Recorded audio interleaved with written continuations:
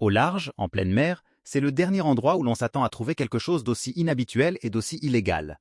Cela est arrivé à deux marins, les frères Lewis. Leur curiosité a pris le dessus lorsqu'ils ont aperçu une étrange masse. Et après s'en être approchés, disons simplement qu'ils ne sont plus jamais retournés en pleine mer depuis. Ils ont alerté les autorités locales qui ont révélé la véritable nature de la masse. Les autorités locales ont été choquées par le fait que l'objet ait été découvert, mais pas tant par son existence. Pour les frères Lewis, ce n'était qu'une masse flottante en mer. Mais pour d'autres, c'était une question de vie ou de mort. Tout n'est pas toujours ce qu'il semble être. C'est ce que les frères Lewis avaient à l'esprit lorsque l'identité de la masse a été révélée. Cela vaut pour les personnes comme pour les objets sur cette mer mystérieuse. L'image resterait gravée dans leur mémoire pendant longtemps. Lorsque la véritable identité de la masse leur a été révélée, ils ont été complètement bouleversés. Était-ce uniquement parce qu'ils avaient eu la malchance de la trouver? Et s'ils ne l'avaient pas trouvée? Ils se retrouvaient partagés entre un profond trouble et un sentiment de gratitude, car après tout, les choses auraient pu être bien pires. Mais qu'était donc cette masse? Pourquoi était-ce un tel choc? Et pourquoi les frères Lewis ont-ils eu la chance de s'en sortir indemnes? Mais avant de commencer, cliquez sur j'aime, assurez-vous de vous abonner si ce n'est pas déjà fait, et activez la cloche de notification pour ne manquer aucune nouvelle histoire. Les frères Lewis avaient pris une semaine de congé pour naviguer en pleine mer. La journée avait bien commencé. Le soleil brillait et surtout le vent était fort. Tout semblait se dérouler parfaitement, mais le vent puissant les a rapidement poussés au large. Cela s'est transformé en véritable aventure. À un moment donné, l'un des frères a voulu ralentir un peu pour profiter d'un bon déjeuner sur le bateau. Ils ont mis les voiles en position neutre et se sont installés pour un repas bien mérité.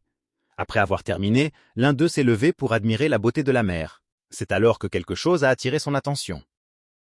Il a aperçu un objet noir, semblant flotter à environ un demi-mètre au-dessus de la surface de l'eau. Le soleil, très brillant, se reflétait sur l'objet. Le frère Lewis n'avait aucune idée de ce que c'était, mais il était intrigué. Il a appelé son frère. Les pauvres auraient sans doute été mieux sans jamais voir cet objet. Le second frère est venu le rejoindre, tout aussi intrigué. N'ayant pas de jumelles, il n'avait d'autre choix que de s'approcher. Plus il se rapprochait, plus cela ressemblait à une masse, peut-être même vivante. Une fois arrivé à proximité, il n'avait toujours aucune idée de ce qu'il regardait. L'objet était noir, de la taille d'un être humain, et peut-être vivant. Malheureusement, ils eurent à peine le temps d'en apprendre davantage. Un navire bruyant et beaucoup plus grand s'approchait de l'objet. Que faire? L'un des frères réagit rapidement et lança une voile de rechange par-dessus l'objet. Il réussit à le recouvrir juste avant que le grand navire ne passe près d'eux. Le navire ralentit visiblement pour observer. Le frère fit semblant d'être occupé à récupérer la voile. Maintenant qu'ils étaient tout prêts, ils firent une découverte. Contrairement à leurs attentes, l'objet ne réagissait pas du tout. Il n'était pas vivant. C'était tout ce qu'ils savaient à ce stade. L'autre navire était parti, et il était temps d'embarquer l'objet à bord. Ils y parvinrent et mirent le cap sur le port. Le trajet prit plus de temps que prévu, notamment à cause du poids énorme de l'objet. Lorsqu'ils atteignirent la côte, la nuit tombait presque. Après cette longue journée, ils rentrèrent directement chez eux, laissant l'objet dans le bateau en espérant que tout irait bien. Le lendemain matin, ils retournèrent au port. Ils avaient déjà parlé au shérif la veille, qui devait leur rendre visite à l'heure du déjeuner. À leur arrivée, ils remarquèrent un navire inconnu, assez grand comparé aux autres. Il ressemblait à celui de la veille. Le brouillard matinal les empêchait de voir clairement. En s'approchant, ils s'arrêtèrent net. Des hommes fouillaient leur bateau. L'un des frères leur ordonna immédiatement de descendre. Les hommes, peu impressionnés, quittèrent néanmoins le bateau. Ils allaient se revoir bientôt. Heureusement, les frères semblaient être arrivés juste à temps. La voile recouvrait toujours l'objet, et les hommes n'avaient encore rien trouvé. Les frères appelèrent le shérif pour lui demander de venir plus tôt, mais il ne répondit pas. Ils décidèrent alors de se séparer. L'un garderait le bateau, l'autre irait chercher le shérif. Les heures passèrent. Celui resté sur le bateau commença à s'inquiéter, d'abord pour son frère, puis pour sa propre sécurité. Les mêmes hommes du matin s'approchaient de nouveau. Étonnamment, ils ne cherchaient pas la confrontation. Ils annoncèrent que le shérif était en route et demandèrent si c'était exact. Le frère répondit, mais l'un des hommes l'avertit. Le shérif était la dernière personne à impliquer. L'homme révéla alors les tendances corrompues du shérif.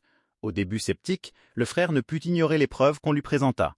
À cet instant, l'objet ne comptait plus. Son frère était avec ce shérif corrompu. Lorsqu'ils réalisèrent que plusieurs heures s'étaient écoulées, ils comprirent que le shérif préparait probablement des renforts. Il n'y avait qu'une solution, repartir en mer avec l'objet pour l'échanger contre le frère retenu. Quelques minutes plus tard, ils étaient en route, non sans laisser un message vocal au shérif. Ils proposaient un échange, l'objet contre la liberté du frère. La réponse ne tarda pas. Le shérif appela. Mis sur haut-parleur, il tenta d'affirmer son innocence. Les hommes secouaient la tête. Lorsque le frère menaça de raccrocher, le shérif paniqua et demanda comment procéder à l'échange. Il posa une seule condition. L'objet ne devait pas être ouvert avant l'échange et celui-ci devait avoir lieu avant la tombée de la nuit. Ils semblaient désespérés. Que cachait-il donc? Ils retournèrent au port en profitant du vent fort. À leur arrivée, un seul homme les attendait, l'autre frère Lewis. Le shérif arriva peu après. Visiblement nerveux, il demanda immédiatement où se trouvait l'objet.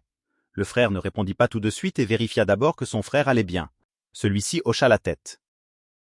Alors le frère déclara qu'il voulait savoir ce que contenait l'objet avant de révéler son emplacement.